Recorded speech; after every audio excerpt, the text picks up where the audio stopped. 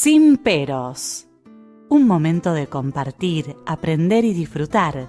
Espera lo inesperado con la licenciada Susana Rasinski.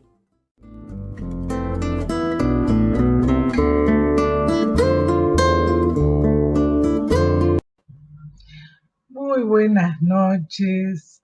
Hoy tengo el agrado que vamos a dialogar con un colega, un amigo, un estudioso de la clínica psicoanalítica, el doctor Abel Feinstein. Adelante, Abel.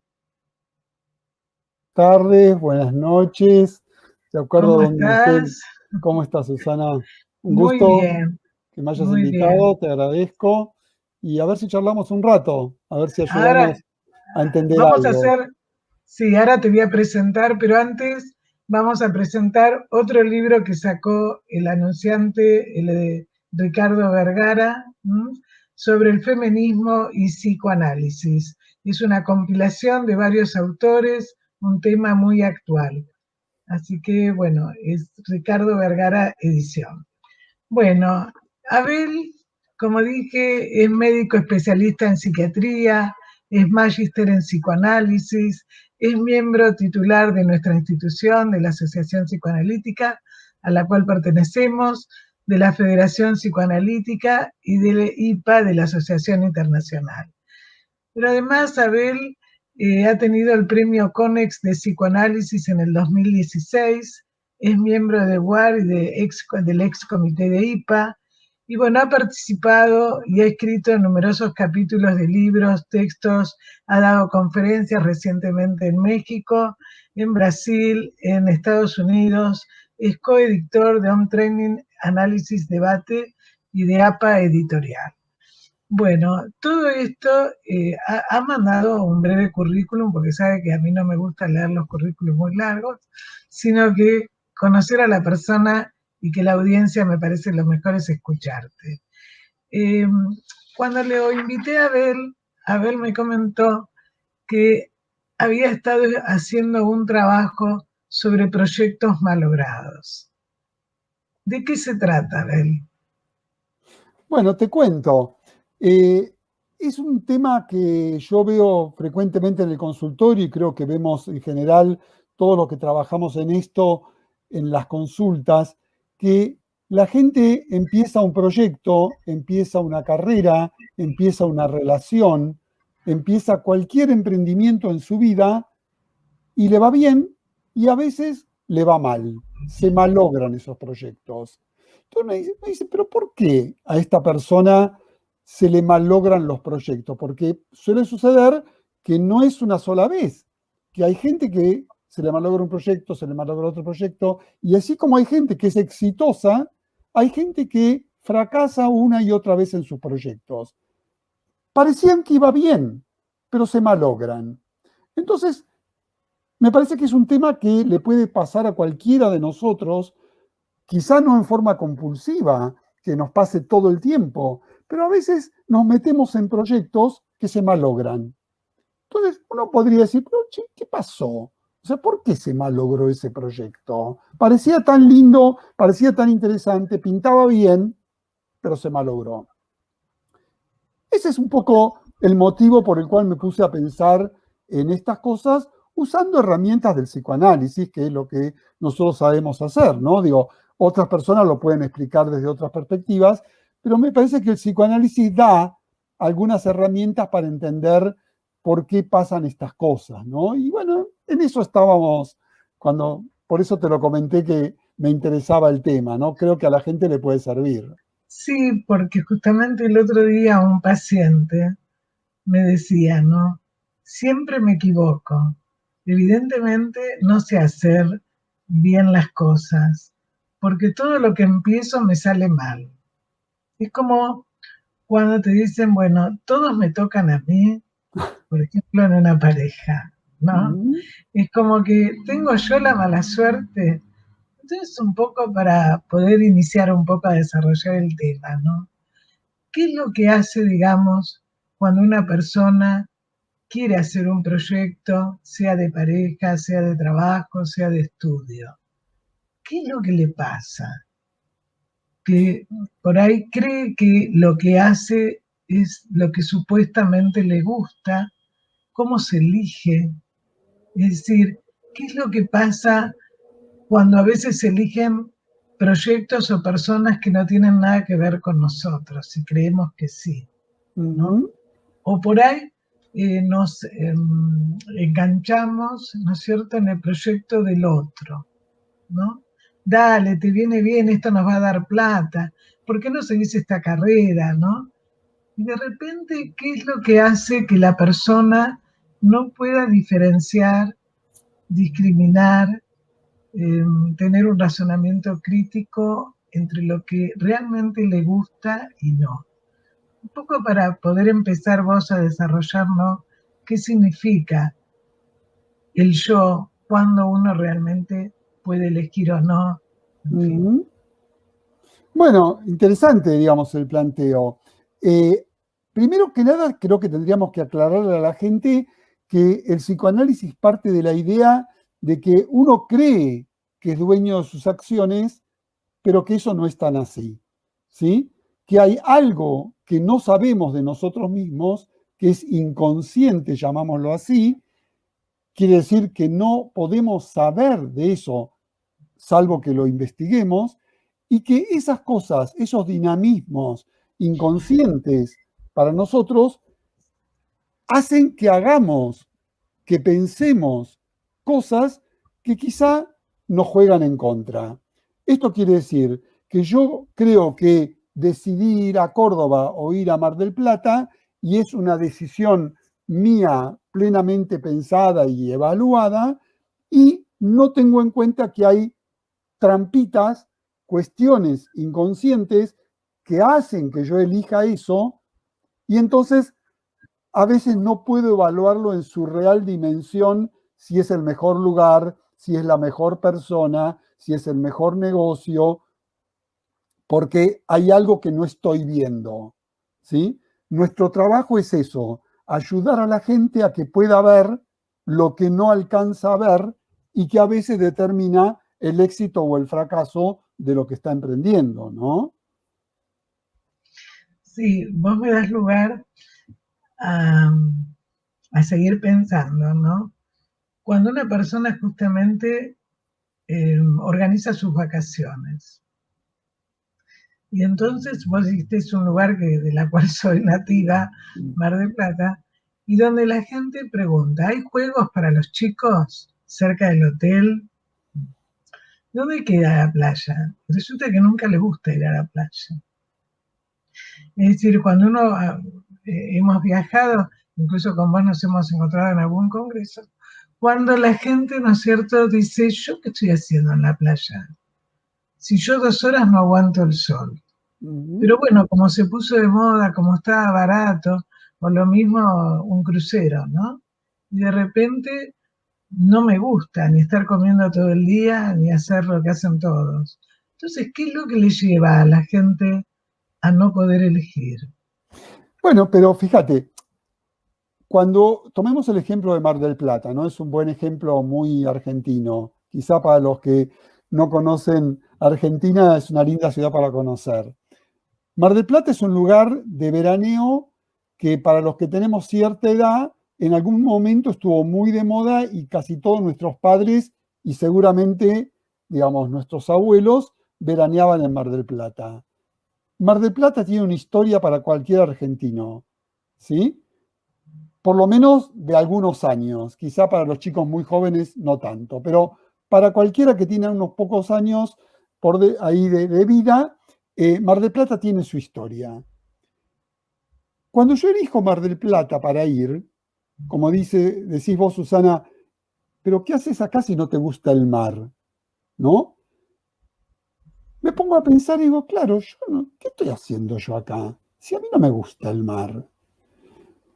Si yo empiezo a hablar con esa persona, es probable que esa persona empiece a asociar Mar del Plata con que es el lugar en donde veraneaba su abuelito y su abuelita, donde se conocieron y donde siempre se contó que ese lugar era mágico, que ahí se enamoraron o que ahí se casaron o que lo que fuera, ¿sí? Y después, mi papá también iba a Mar del Plata en su infancia, y de repente yo me encuentro en Mar del Plata, cuando a mí no me gusta el mar. Entonces, digo, claro, estoy repitiendo una historia casi sin darme cuenta. Cuando yo elegí Mar del Plata, lo hice, qué bueno, está bueno, vamos a Mar del Plata, pensando que era Abel que elige ir en 2021 a Mar del Plata.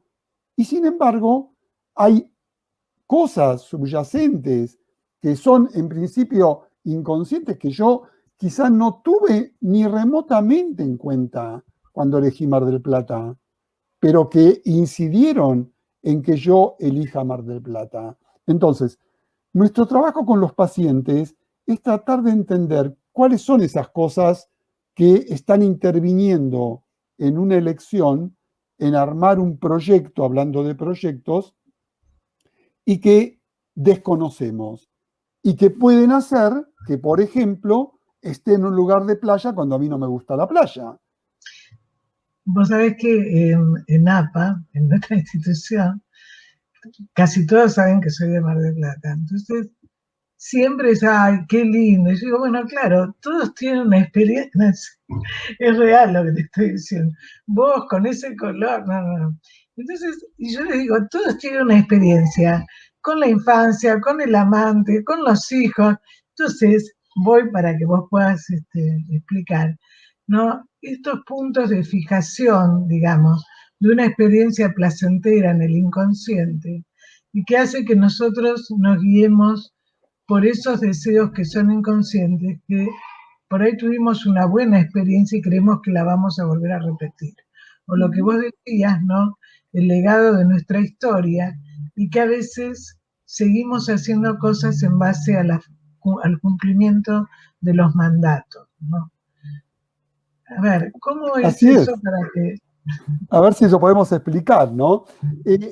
A mí me parece que podríamos usar dos para que la gente lo pueda entender, aún los que no son especialistas.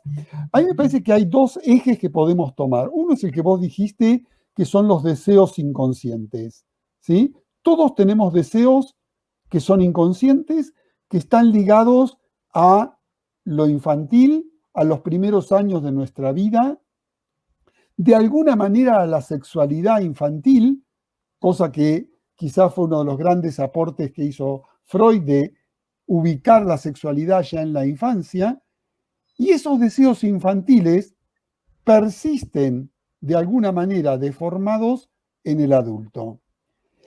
El otro tema que podemos tomar para explicarle a la gente es lo que nosotros llamamos la identificación.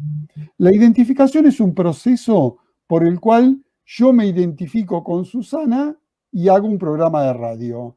Yo me identifico con Adrián y me pongo a ser técnico, Adrián, ¿no? Sí.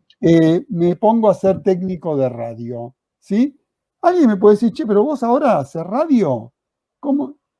Yo ni sé cómo llegué a hacer radio ni a ser técnico de radio, y empiezo a pensar y voy a un psicoanalista y digo, yo no entiendo cómo diablo terminé yo haciendo radio, haciendo un programa de radio, un técnico de radio. Y de nuevo aparece este concepto de identificación con una amiga, con mi papá, con mi abuelito que iba a Mar del Plata.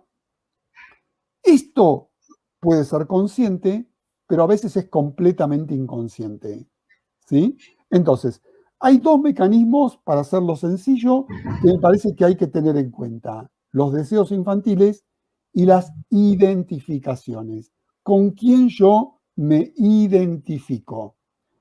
Pero esto tiene una vueltita más que vale la pena aclarar, y es que yo puedo decir que yo me identifico con Susana y hago un programa de radio, o puedo decir que Susana me identifica a mí con alguien que sabe de psicoanálisis. ¿Sí? No es que yo me identifico con Susana, que Susana me identifica a mí con alguien que sabe de psicoanálisis. ¿Sí? Eso es como ella me identifica a mí, como Susana vos me identificás a mí. ¿Eso quiere decir que yo sé de psicoanálisis? Puede que sí, puede que no. Vos podés identificarme a mí con alguien que sepa de Shakespeare y yo no sé de Shakespeare, ¿sí? Entonces, esto para explicarle a la gente que para los psicoanalistas, cuando yo me identifico con alguien o cuando alguien me identifica a mí con algo, eso tiene un valor estructurante, eso tiene un valor determinante en nuestra forma de vivir, en nuestra forma de amar, en nuestra forma de trabajar, en las elecciones que hacemos, en los proyectos que armamos, ¿sí? Cuando uno dice, ¿por qué sale bien y por qué sale mal? Empieza a aparecer este tipo de cuestiones. Si uno pudiera hacer lo que nosotros llamamos una historización, tratar de entender, construir una historia, a ver, ¿cómo llegó Susana a tener un programa de radio? ¿Cómo llegó Adriana a ser técnico? ¿Sí? Uno empieza a historiar y historizamos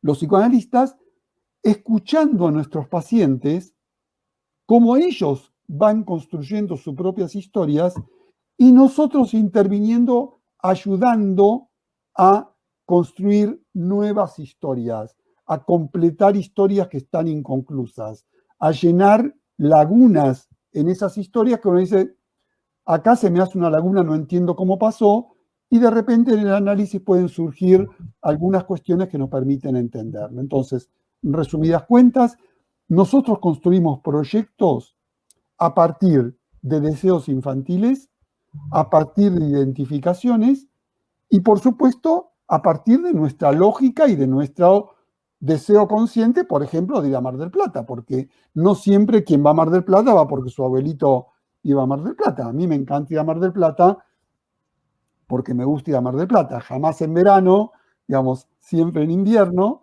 pero es un deseo legítimo, digamos, me encanta Mar del Plata en invierno. Lo que ocurre, vamos a ir al primer corte, que vos estás planteando otro tema, ¿no? Que todos nos construimos con las identificaciones, no hay otra forma. Pero el tema es cuando son identificaciones masivas, cuando no llegamos a ser nosotros, a tener nuestra identidad. Entonces, de repente, a veces una persona se ha identificado a lo mejor con un agresor o con una persona muy sometida o lo que fuera, donde de alguna manera no entiende por qué sigue eligiendo lo contrario. ¿Viste? Cuando alguien dice, uy, mamá era muy hincha con la limpieza, entonces yo no, ¿no? Y termina siendo una cosa reactiva. Es decir, donde de alguna manera, como las identificaciones, a veces, que no, lo vemos también con los políticos, con los actores, ¿no? Se usa, qué sé yo, Susana Jiménez usa Animal Print y todo el mundo usa Animal Print pensando que va a ser Susana, como vos dijiste, ¿no? O sea, no garantiza el identificarse. Entonces, vamos a ir en corte y nos vas a tratar de explicar qué pasa cuando la persona, digamos, tiene poca estima y es más vulnerable. ¿Qué pasa con esto de las identificaciones y cómo esto influye en no poder lograr los proyectos y lo que desea, ¿sí? Vamos al primer espacio y enseguida volvemos.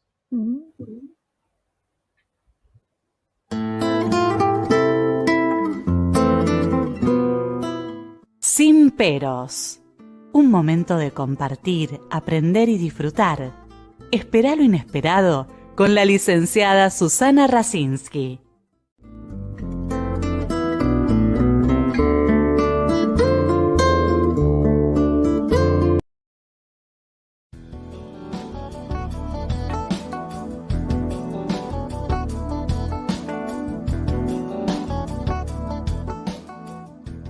Ricardo Vergara Ediciones. Editamos y distribuimos su libro en 20 días hábiles. Composición, armado de originales, correcciones necesarias, impresión en papel de máxima calidad, tapas a color plastificadas con solapas y señaladores, presupuestos en el día, envíos al interior del país. WhatsApp 11 62 31 27 60. Instagram @Ric de Colegiales. Ricardo Vergara, editor, Buenos Aires, Argentina.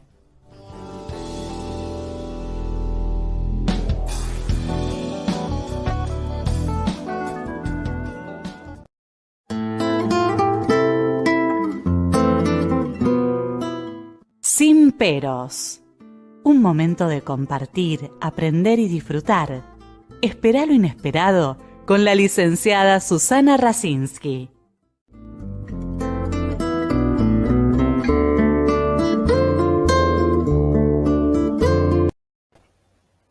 Bueno, Abel, te Acá escuchamos. estamos. Bueno, tocaste un tema que me parece que es muy importante, que es los trastornos de la estima. O sea, la autoestima es algo que todos necesitamos tener en una dosis adecuada. Cuando hay trastornos en la autoestima, pueden ser porque tenemos poca autoestima o porque tenemos una sobreestimación de nosotros, y en los dos casos son bastante problemáticos. Uno puede pensar que una persona que tiene sobreestimación es mejor que una que tiene baja autoestima, pero no necesariamente es así. A veces sobreestimarse hace que uno se meta en cosas que no se debería, digamos, meter porque no tiene una adecuada noción de quién es uno mismo. La estima, para un psicoanalista, cada disciplina puede explicarlo de una manera distinta, pero para hacerlo sencillo, la estima tiene mucho que ver con lo que nosotros significamos para nuestros padres, ¿sí? Lo que se llama el propio narcisismo, el amor a uno mismo, se construye a partir del amor de nuestros padres por nosotros. Hay un artículo, digamos, famoso, digamos, de Freud, que habla, digamos, de lo que significa un niño, lo que significa un chico en la cabeza de los padres, cómo los padres ya empiezan a pensar y a querer ese chico antes de que nazca. Hasta pueden imaginarse un sexo, hasta pueden ponerle un nombre, por lo menos Nosotros en su cabeza, ¿no? venimos hablando en distintos programas la función parental y que en este momento todos nosotros a nivel mundial se está hablando incluso mucho antes, ya hace muchos años, pero bueno, ahora con toda la situación, digamos, de la pandemia y otras situaciones, mucho antes del parto, ¿no? ¿Qué pasa en la cabeza de esos padres, sean homosexuales, sean lo que fueran? Digamos, ¿qué significa ese hijo, ¿no? ¿Sí? ¿Qué significación se le da? Si es necesario o es deseo, ¿no? Entonces la diferencia entre la necesidad y el deseo, que después va a estar dado también con esto que vamos a seguir hablando, que si ese chico cumple la función de sostener a la madre en un momento depresivo, en un momento de muerte de otro hijo, le cuesta mucho separarse de esa mamá. Y donde de alguna manera eso que algunos autores hablan de agujeros negros, es como que nació para darle vida a la madre. Entonces no tiene un yo propio y ahí obviamente la estima, lo que vos decís, o sea, tener un proyecto propio y poder decidir, no va a poder, hasta no poder ver esto, ¿no? O lo mismo, digamos, si hay deseo, como vos decías, con el nombre, qué lugar, qué espacio se le va a dar a ese ser, todo esto como influye en el desarrollo del funcionamiento psíquico y también en toda la psicosomática, ¿no? Bueno, tomemos esto, ¿no? Digamos, estamos diciendo algo muy importante, y es que un chico se construye primero en la cabeza de los padres, ¿sí? Y esto me parece que es muy importante porque, digamos, una cosa es un chico deseado, construido en la cabeza de los padres, una mujer que se queda embarazada queriendo tener un hijo, o que se queda embarazada sin querer tener hijo, pero que después quiere tener ese hijo, de una mujer que rechaza un embarazo y que no quiere tener un hijo, ¿sí? A pesar de que tiene un embarazo. Entonces, Si nosotros pensamos que un hijo se construye primero en la cabeza de los padres, ¿cómo se construye? ¿Cómo ven, cómo imaginan los padres a ese chico o a esa chica? Desde ese primer momento empieza a construirse la autoestima de una persona, ¿sí? Obviamente eso no es todo, porque una vez que el chico nace, puede ser lindo, puede ser feo, puede tener algún tipo de defecto, puede hacerle acordar al papá o a la mamá a alguien que le gusta o a alguien que no le gusta, etcétera, etcétera, etcétera. Entonces, la autoestima se construye con lo que nuestros padres pusieron en nosotros, incluyendo el nombre, todas las expectativas, todas las fichas, como se dice, que los padres ponen en los hijos, que a veces son buenas y a veces son malas, ¿sí? Y después con la interacción del chico con los padres, con los hermanos, con los maestros, con los compañeros, que de acuerdo a cómo lo traten, van a alimentar su autoestima, qué lindo que sos, qué linda que sos, qué inteligente que sos, o al revés, ¿sí? Bullying, maltrato, descalificación, ¿sí? Ahora, por ejemplo, en Estados Unidos se está mucho hablando del tema de las personas afroamericanas, digamos, cómo el blanco descalifica, digamos, al negro, y entonces eso tiene un problema serio en la autoestima.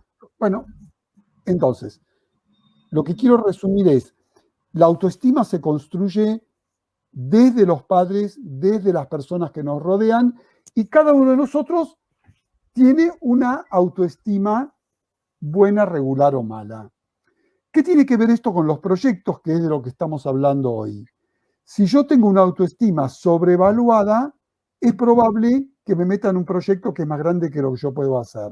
Por ejemplo, me pongo a construir una casa que es más grande que la plata que tengo para construirla. Porque como soy nieto de millonario o mi papá tenía mucha plata, yo creo que tengo mucha plata, pero yo no soy mi papá. Yo no soy mi abuelo, ¿sí? Pero en mi cabeza funciono gastando más plata de la que tengo. O al revés, que teniendo yo plata, me pongo a hacer una casa mucho menos de la que yo podría hacer si fuera acorde al dinero que yo efectivamente tengo. Entonces, los proyectos que uno emprende, como dije antes, no empiezan en nosotros. A veces empiezan en generaciones anteriores. Los psicoanalistas trabajamos mucho la idea de lo que se transmite transgeneracionalmente, ¿sí? Si yo tengo un abuelo Rothschild, qué sé yo, o un banquero famoso, ¿no?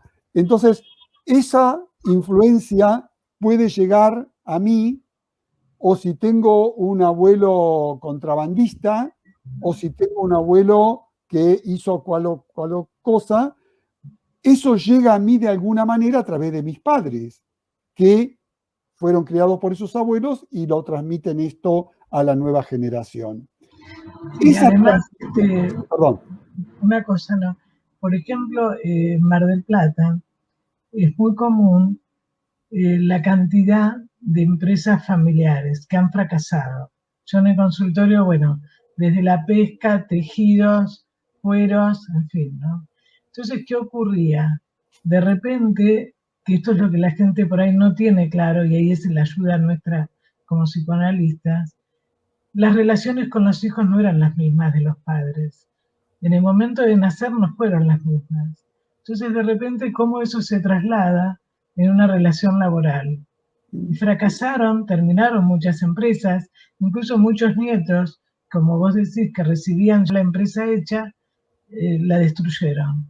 Porque justamente, digamos, tenía que ver más con una idea de los abuelos y no con ellos, pero tampoco se les enseñó, digamos, por eso, tanto en una empresa como en una familia, como en una pareja, el compartir, y en un proyecto, obviamente, que se comparte, ¿no?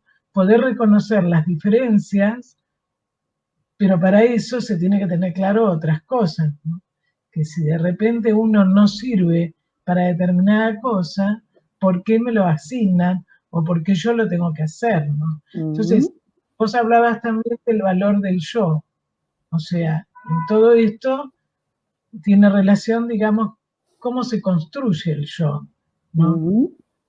Por eso, el yo, esa palabrita yo, que uno dice yo, tal cosa, yo, tal otra cosa, ¿qué es el yo? ¿No? Nosotros sabemos que el yo es ese conjunto de identificaciones. Eso yo les explicaba antes, te explicaba antes, Susana.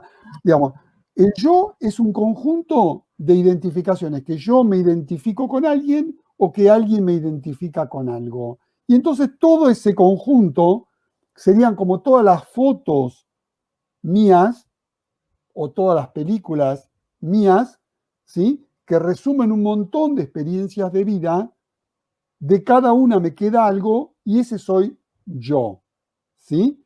Lo que yo me identifico con y de lo que los demás ven en mí.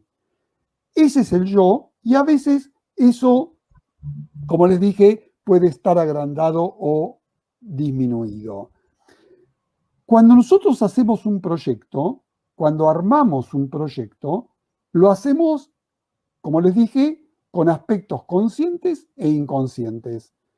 Si el yo tiene una autoestima disminuida, ¿sí?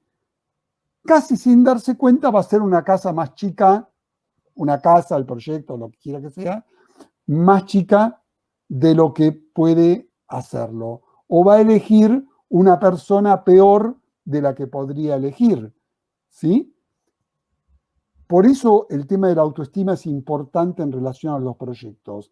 Pero no lo único. O sea, empezamos hablando de la autoestima, nos quedamos ahí. A mí me gustaría introducir la idea de que los proyectos también están guiados por nuestros ideales, ¿sí? Los ideales, como les dije, tienen que ver con la autoestima, pero tienen una cierta sofisticación. O sea, yo tengo el ideal de ganar el premio Nobel, ¿sí? Y bueno, tengo bastantes posibilidades de que no me lo den. Muchas posibilidades de que no me lo den, ¿sí? Si yo tengo el ideal de ir a Mar del Plata en las vacaciones de invierno, es bastante probable que pueda ir, ¿sí? El tipo de ideales que tengamos son muy determinantes a la hora de evaluar el resultado de los proyectos, ¿sí? ¿Por qué se malograron tus vacaciones? Y porque pensaste que ibas a ir a Nueva York con $1.000 y te quedaste sin plata. Porque no podés ir a Nueva York con $1.000, ¿sí? Esa idea, ese ideal que es desajustado, ese ideal que tiene más que ver con mi sueño de ir a Nueva York que con la realidad de evaluar que yo no puedo ir a Nueva York con $1.000, hace a que después el proyecto de mis vacaciones fracase. Entonces, quiero introducir también, además de hablar de cómo la autoestima condiciona los proyectos, cómo nuestros ideales, ¿sí? ¿Qué tipo de ideales tenemos para que se puedan concretar o para que no se puedan concretar? Los analistas usamos una palabrita que quizá alguno de nuestros colegas sabe de lo que estoy hablando, que son ideales más ajustados a la realidad o ideales más narcisistas, más que tienen que ver con lo que yo necesito para yo sentirme Gardel o para yo sentirme potente o para yo sentirme millonario, ¿sí? Que con la realidad. Esos ideales que tienen más que ver con un chiquito caprichoso que quiere, digamos así, sentirse gratificado, que quiere sentirse realizado, descuida la evaluación realista de lo que tenemos por delante. Entonces, cuando uno tiene esos ideales muy exigentes, ¿por qué tiene esos ideales? ¿Por qué yo quiero ganar el premio Nobel? ¿Que yo nací con genes que decían premio Nobel? No. Lo que decíamos antes, la construcción que nosotros hacemos está tan influida por lo que yo tengo en mí, de mis padres, de mis abuelos, de mi historia familiar, que sin darme cuenta me van marcando, me van formateando de una manera que yo un día digo, yo quiero ganar el premio Nobel. Pero en vez de ponerme a estudiar desde que tengo 5 años y, digamos, poder con suerte ser uno de los entre millones uno que gane el premio Nobel, no, yo digo que yo voy a ganar el premio Nobel porque yo soy bueno haciendo no sé qué cosa. Entonces, ideales narcisistas, ideales que tienen más que ver con un capricho infantil, que a su vez tiene que ver con lo que nosotros representamos en nuestra historia, en nuestra familia, en las generaciones anteriores de nuestra familia, pero poco que ver con la realidad. Eso está en la base de lo que nosotros hablamos muchas veces como proyectos malogrados. Entonces, quizá podemos detenernos en ese punto, ¿no? Digo, esa falla creo que tiene mucho que ver con estos lugares en donde elegimos cosas que no van a llegar a buen puerto, ¿no? Vamos a ir al segundo corte y vamos a seguir hablando, como vos empezaste a desarrollar, por qué ocurre eso, ¿no? Cómo a veces hacemos cosas que no tienen a lo mejor que ver con lo que realmente nosotros queremos. Nuestro yo ahí no es nuestro verdadero yo. Y muchas veces la persona se guía por lo que los demás, en toda esa construcción de la familia, de la sociedad, hoy en día también, la sociedad del cansancio de Bill Shukan lo describe muy bien, ¿no? Es decir, compro cosas y después tengo una heladera que no tengo para llenarla, o tengo un lavarropa y no tengo ropa como para poder usar los programas, ¿no? Entonces vamos a ir a un corte y volvemos.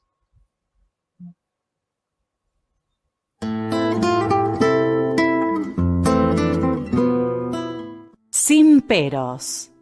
Un momento de compartir, aprender y disfrutar. Espera lo inesperado con la licenciada Susana Rasinski.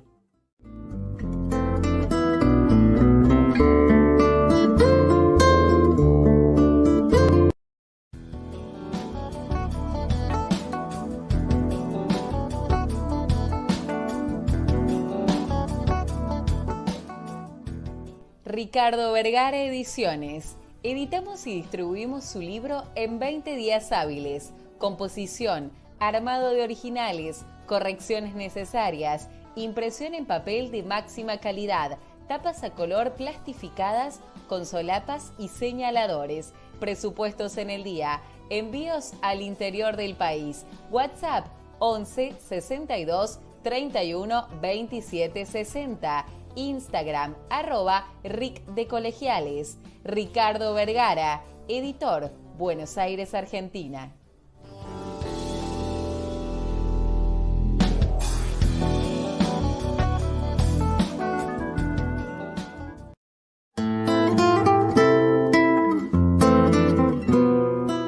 Sin peros. Un momento de compartir, aprender y disfrutar. Espera lo inesperado con la licenciada Susana Rasinski.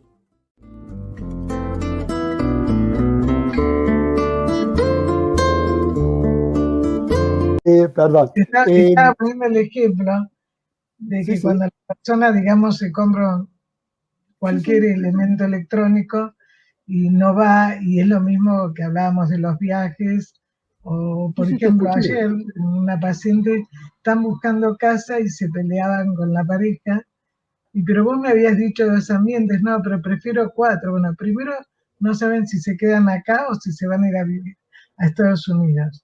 A ver, ¿qué está puesto en eso de buscar algo, no? Digamos, es el momento, porque vos decías también algo que da lugar a la tolerancia a la frustración, ¿no? Bueno, te tiré 2 o 3 cosas como... Bueno, me parece importante, ¿no? Digo, a poner qué hacemos, qué pensamos, qué proyectos tenemos para que las cosas salgan bien, ¿no? Como decías, Susana, si tiene que ver con algo auténtico, evaluado, racional, nuestro, o si tienen que ver con esas fichas que llevamos puestas casi sin darnos cuenta y a veces totalmente inconsciente de hacer cosas como si estuviéramos programados, vamos a decir así, para hacer cosas de las cuales terminamos siendo es como vos sos el personaje de una película que dirige otro, ¿no? Hay un psicoanalista, digamos, muy importante, argentino, maestro de muchos de nosotros, digamos, García Badaraco, que hablaba de los otros en nosotros, ¿no? Los otros en nosotros. Todos tenemos esos personajes que colonizan la mente, ¿no? Esto es totalmente inconsciente. Esto es lo tremendo de la situación, que a veces solo a través de un análisis, de un psicoanálisis, uno es consciente de cómo está colonizado, cómo está formateado, digamos, por algo en lo cual uno es solamente un ejecutor, digamos, de un designio, de un destino, digamos, en el cual uno tiene muy poco que ver. Y que a veces tomar conciencia de eso sirve porque nos permite salirnos de ese lugar.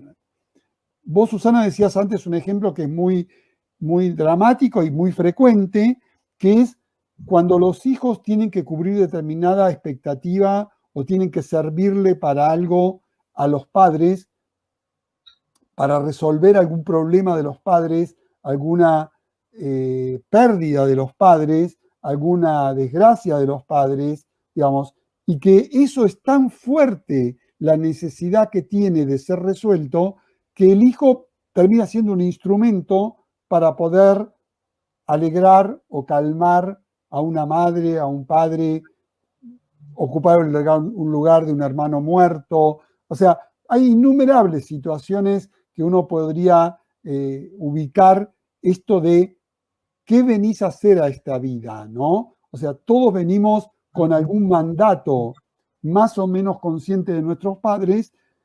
Lo que pasa es que algunos son muy potentes. Por ejemplo, ocupar el lugar de un hermano muerto no es un detalle menor, ¿sí? Calmar a una madre deprimida, digamos, no es un menor, no es fácil desprenderse de eso. En cambio, si venimos a sumarnos a una familia en donde no tenemos que ocupar el lugar de nadie, es mucho más libre. Sí, quizá les gusta que seamos médicos o les gusta que seamos, qué sé yo, cualquier cosa, cantantes o actrices o lo que fuera, pero si no somos no pasa nada, ¿sí? En cambio, cuando hay que calmar algo, una herida en el narcisismo, en los afectos de nuestros padres, eso nos hace mucho más presos, ¿sí? Y entonces lo que elegimos necesariamente puede estar influido por eso y no dejarnos elegir bien, ¿no? Entonces yo pondría un poco el énfasis en eso.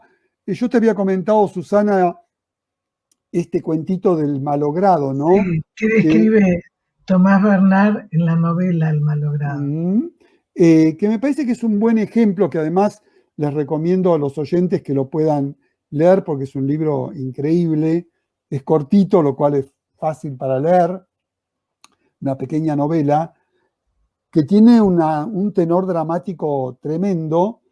Se los resumo muy rápidamente. Son dos pianistas, dice el autor, de esos que recorren los teatros del mundo de Viena a Buenos Aires, o sea, virtuosos del piano, que van a tomar clases de piano con Vladimir Horowitz, que fue uno de los genios del piano del siglo XX, a Viena. Cuando van ahí a la casa donde vivía Horowitz, van caminando por un pasillo esperando que Horowitz les dé la clase y de repente pasan por una pieza y escuchan a alguien tocar piano. Pasan por la puerta y uno de estos dos dice, si esto es tocar piano, yo no toco más el piano. Un señor que era un virtuoso del piano, ¿sí? Escucha a alguien tocar piano tan perfecto para él que él dice, yo no toco más el piano. El que tocaba el piano, quizás los que escuchan y conocen música me van a poder seguir mejor, el que tocaba el piano en la pieza era Glenn Gould. Glenn Gould es un pianista también del siglo XX, famoso por una perfección sin límites, a tal punto que el tipo dejó de tocar en conciertos porque no podía tener la perfección de las grabaciones, que el tipo las corregía una y mil veces hasta que quedaba perfecto, ¿sí? Y el concierto tiene siempre la gracia de lo que sale como sale, ¿sí? Pero para él era insoportable. ¿Qué quiero decir con esto? Este señor que deja de tocar el piano siendo un virtuoso que recorría salas de concierto, esto es muy, muy importante, no es que era un pichi, ¿sí? No es que era un pibe que tocaba el piano, era un virtuoso del piano. Y porque ve algo que es superlativo, se anula y deja de tocar. Y termina pésimo. No les voy a contar el libro, spoilear como se dice ahora, pero lean el libro porque el hombre termina mal. Esto quiere decir que esto nos puede pasar a cualquiera de nosotros, ¿sí? Si yo soy psicoanalista y quiero ser como Freud, ¿sí? Es una aspiración, bueno, puede que sea, puede que no sea, lo más seguro que no voy a hacer, pero yo soy psicoanalista y me gusta el psicoanálisis y lo hago lo mejor posible. Pero si porque leí un caso de Freud, digo, no, chao, yo no hago más nada porque comparado con este señor yo soy nadie, ¿sí?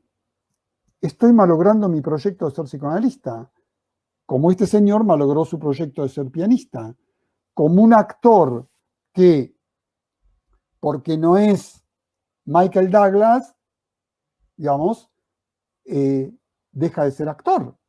O una actriz que porque no es, no sé, alguna superactriz, Norma Leandro, digamos, deja de ser actriz. ¿Cuántas actrices hay como Norma Leandro? Digo, ¿cuántos pianistas hay como Horowitz o como Glenn Gould? Y sin embargo hay excelentísimos pianistas y excelentísimos autores.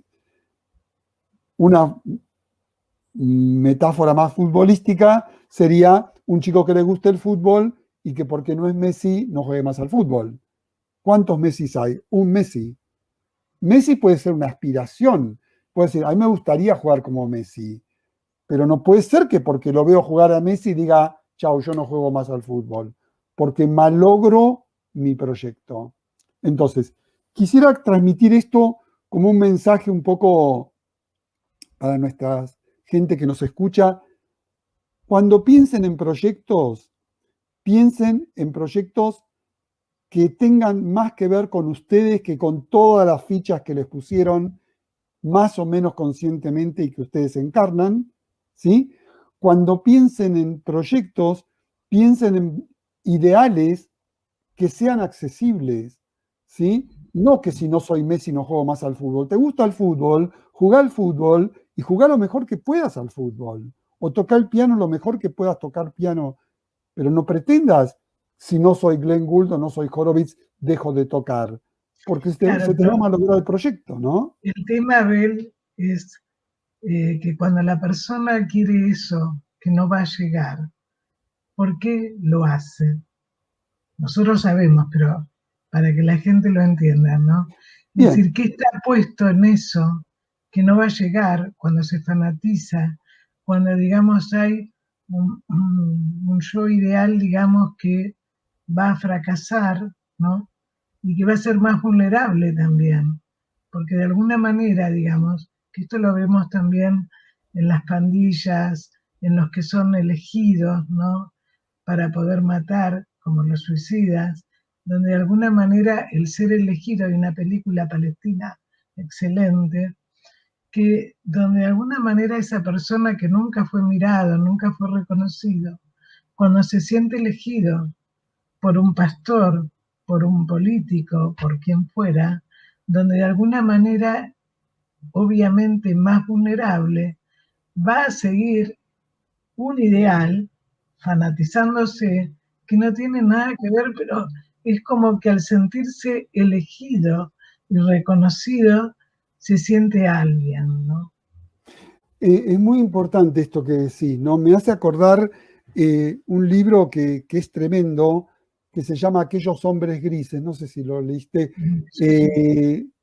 que así rápidamente es entrevistas a soldados de un batallón del ejército nazi que no eran soldados profesionales, eran empleados así grises, burocráticos, que los pusieron ahí en el ejército nazi y que la función era ir por los pueblos matando judíos.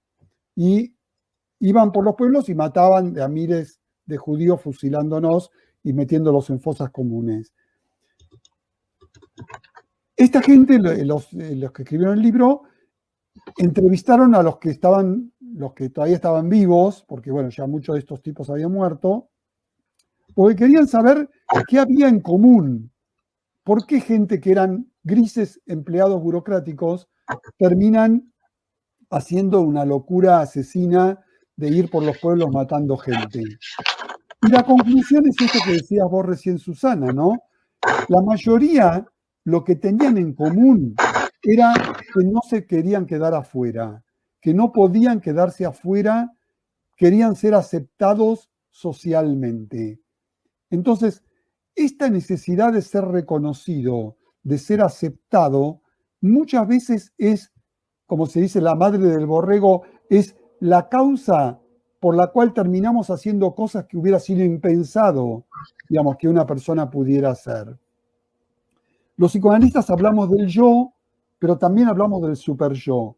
El superyo es como una instancia crítica, es como algo en nuestra mente que nos marca los ideales y nos exige hacerlos más o menos férreamente. Y a veces nos protege y a veces nos mete en líos. Lo que Susana estaba diciendo, y que coincido, es que a veces tenemos esa figura dentro de nosotros que le llamamos superyo, que es como una vocecita maligna, sádica, que nos hace hacer cosas para ser aceptado, para ser querido, para hacer sentirnos valiosos, y así podemos llegar, por ejemplo, como esta gente, incluso a matar gente en masa, ¿no?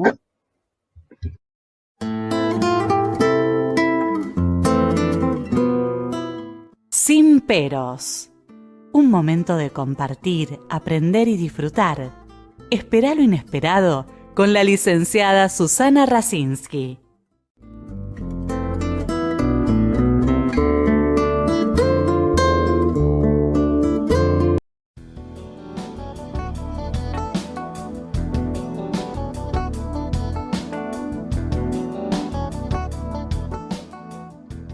Ricardo Vergara Ediciones. Editamos y distribuimos su libro en 20 días hábiles. Composición, armado de originales, correcciones necesarias, impresión en papel de máxima calidad, tapas a color plastificadas con solapas y señaladores, presupuestos en el día, envíos al interior del país. WhatsApp 11 62 31 27 60. Instagram, @RicDeColegiales. Ricardo Vergara, editor, Buenos Aires, Argentina.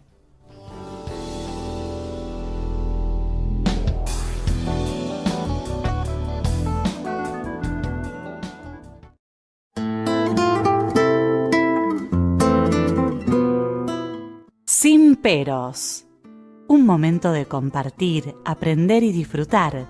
Espera lo inesperado con la licenciada Susana Rasinski.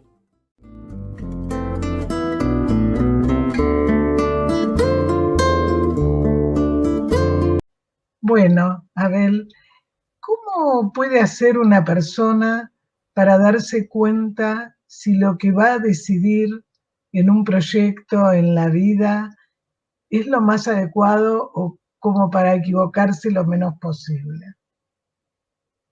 Bueno, buena pregunta, digamos, la pregunta del millón, ¿no? O sea, si pudiéramos asegurar eso, seríamos genios, ¿no? Es difícil, ¿no? Pero lo que nosotros podemos hacer es tratar de acercarse lo más posible a una evaluación realista del proyecto que emprendemos. Nadie puede garantizar que una pareja va a andar bien, o que un negocio va a salir bien, o que un proyecto de investigación va a salir bien, pero sí podemos hacer es desgranar todo lo que interviene en la elección de ese proyecto y que nos puede hacer pensar que eso puede andar bien o puede andar mal. Como dije antes, si la plata nos va a alcanzar para hacer la casa que queremos hacer, o si es la persona que estamos eligiendo, digamos, la persona, digamos, más adecuada. Una pequeña digresión. Ayer en un programa de televisión, una chica le acepta la propuesta de casamiento al muchacho. Un clásico, ¿no? Una amiga de trabajo le dice, ¿pero cómo? ¿Te vas a casar? El tipo tiene una hija y no quiere que vos trabajes más. ¿Y vos te vas a casar igual? Y ella dice, no, bueno, pero eso ya pasó. ¿Sí?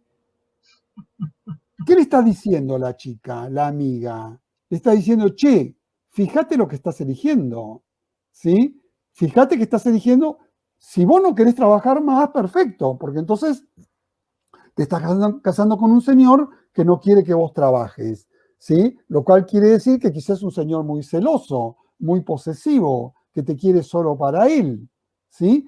Y que ella, entusiasmada como una chiquita caprichosa, porque le mostró un anillo de brillantes y porque le ofreció no sé qué cosa, de repente se mete en un problema en esa pareja. Entonces, cuando una persona va a un psicoanalista, lo que nosotros hacemos es ayudarlo a poder ver lo que el paciente no puede ver y que le está haciendo tomar una decisión que quizá no es la más adecuada para esa persona. Para eso hay que escucharlo. Pero además me hiciste pensar que cuando esa persona se sintió elegida, como hablábamos antes con los elegidos que se suicidan o con los que son elegidos en las pandillas, me hace acordar del Padrino, ¿no? El que iba a avisar, el que de alguna manera le dan un rol, ¿no? Y que le parece importante y que de alguna manera se deja seducir por eso. Y que esto no tiene que ver con esa situación de ese momento. Tiene que ver con lo que nosotros venimos diciendo, con situaciones pasadas que quedaron registradas, quedaron marcadas y que la persona no es consciente.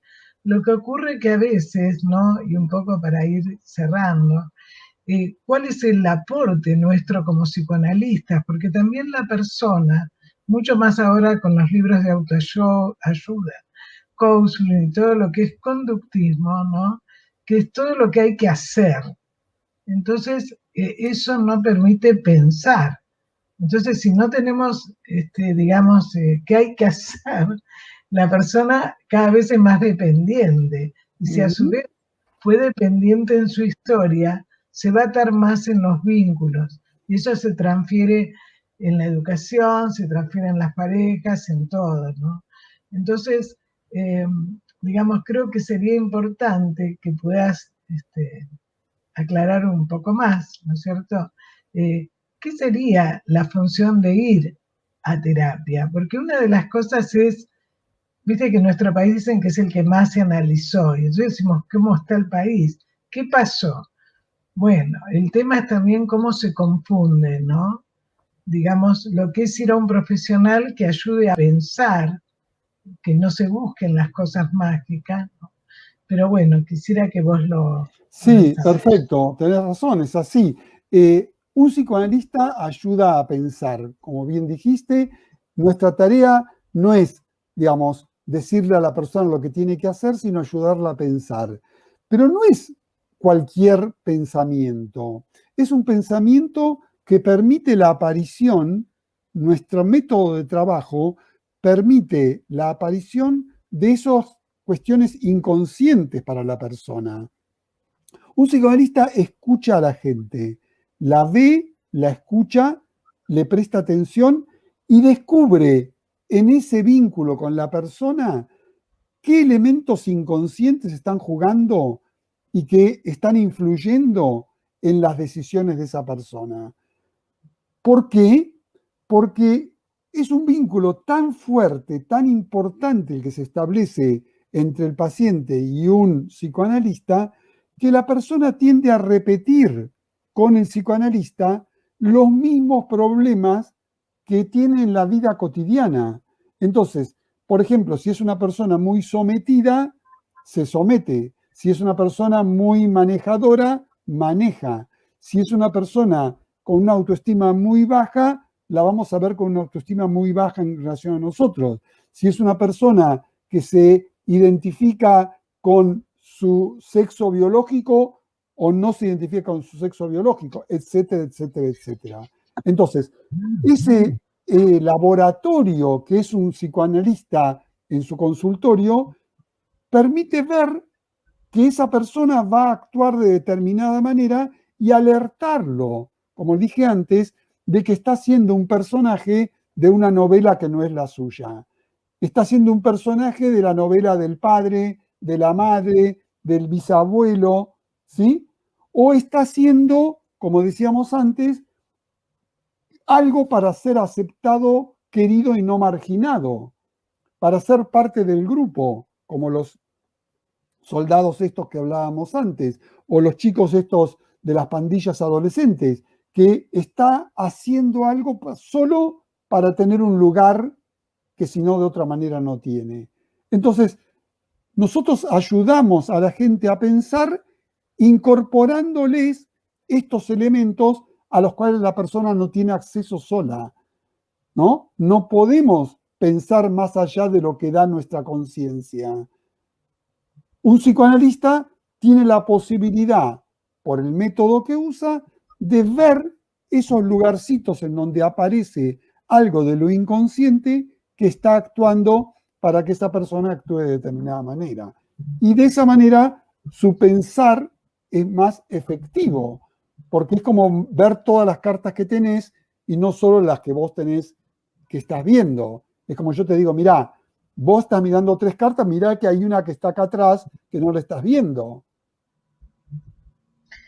Y además, creo que es importante que aclaremos lo que mucha gente a veces se ha quejado de algunos terapeutas, que por ahí van muy angustiados y no les hablan y se quedan en silencio y pasan mucho tiempo y no les hablan.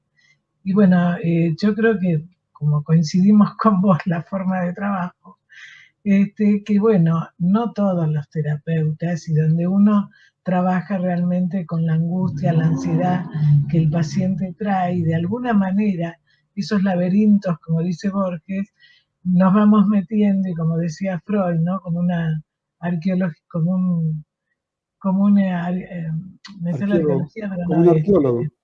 claro, exactamente, vamos viendo, ¿no? Los caminos, los canales por donde podemos arribar para que la persona se pueda sentir mejor, ¿no? Ese estereotipo del analista callado, horas callado, creo que es una lamentable, porque creo que en algún momento fue así en algunos casos, pero hoy en día creo que casi no hay, diría, psicoanalistas de esos que se quedan callados largos ratos callados. Me parece que nadie hoy en día, casi nadie trabaja así, ¿no? Me parece que un psicoanalista ayuda a pensar en el diálogo con el paciente, pero también escuchando al paciente, porque hay mucha gente que no escucha. O sea, escuchar es muy importante. Y no escuchar lineal, escuchar las sutilezas que vamos viendo, esas perlitas, detalles pequeños que nos hacen ver algo más de lo que el paciente puede ver por sí mismo, ¿no? Bueno, Freud decía, ¿no? Que nosotros escuchamos las disarmonías que hay cuando una orquesta se ejecuta. Y de alguna manera, con la pandemia, la plataforma de APA eso mostró. Los que estuvimos y estamos en la plataforma para ayudar a la gente que nunca había ido a un psicólogo ni nada, y que a lo mejor no hizo tampoco tratamiento, simplemente que fue la escucha, ¿no? Telefónica, y que no estaban acostumbrados a que alguien Los pueda escuche. detectar esas disarmonías, esos, digamos, esas esos puntitos, como vos decís, que la persona sola no puede, ¿no? Así que bueno, ¿cuál sería, para terminar, y te agradezco muchísimo, y bueno, ya te comprometo para el año próximo, porque tenemos hasta enero ya la gente programada, pero bueno, para que estés el año próximo con algún otro tema, porque es un placer escucharte y compartir. Así que si querés decir algo, antes de que yo anticipe el próximo programa. No, solamente agradecerte la invitación. Siempre es lindo charlar un rato entre amigos, conversar, y si algo de lo que decimos le puede servir a la gente, bienvenido, ¿no? Es un canal como privilegiado tener una propuesta radial para hablar de este tipo de cosas de una forma accesible y con un fundamento en lo que uno hace, ¿no? Así que muchas gracias, y gracias a Adrián, que nos ayuda con la técnica. Sí, bueno, muchísimas gracias, Abel, y yo los invito para el próximo jueves 8 con el licenciado Omar Mosquera, que algo de lo que hablamos, pero un poquito con más precisión, en el sentido de que se va a trabajar sobre la pareja, síntoma entre amor y sufrimiento. Bueno, Abel hizo un comienzo, ¿no? En el sentido de que una pareja también es un proyecto. Abel habló de por qué se malogran los proyectos y cómo podemos hacer. Y bueno, en el próximo programa vamos a ver la pareja, síntoma entre amor y sufrimiento, que tiene que ver un poco con lo que vos iniciaste. Sí, cómo sí. a veces hacemos proyectos que en vez de disfrutar, sufrimos, ¿no? Así es. Entonces, el dolor va con todo lo que hacemos. Sí, El tema es no vivir solo del dolor. Del dolor, sí. Sino también el placer. Bueno, un abrazo y muchísimas gracias por estar. No, gracias a vos. Chau, chau.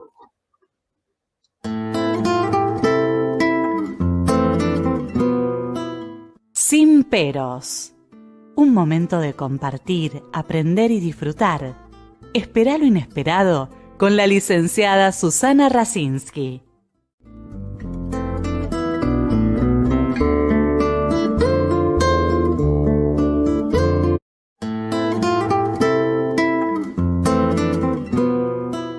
Sin peros.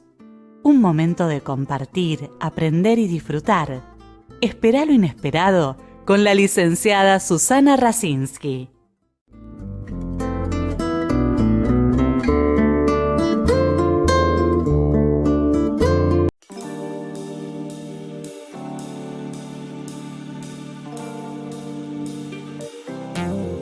La Propuesta Radio presenta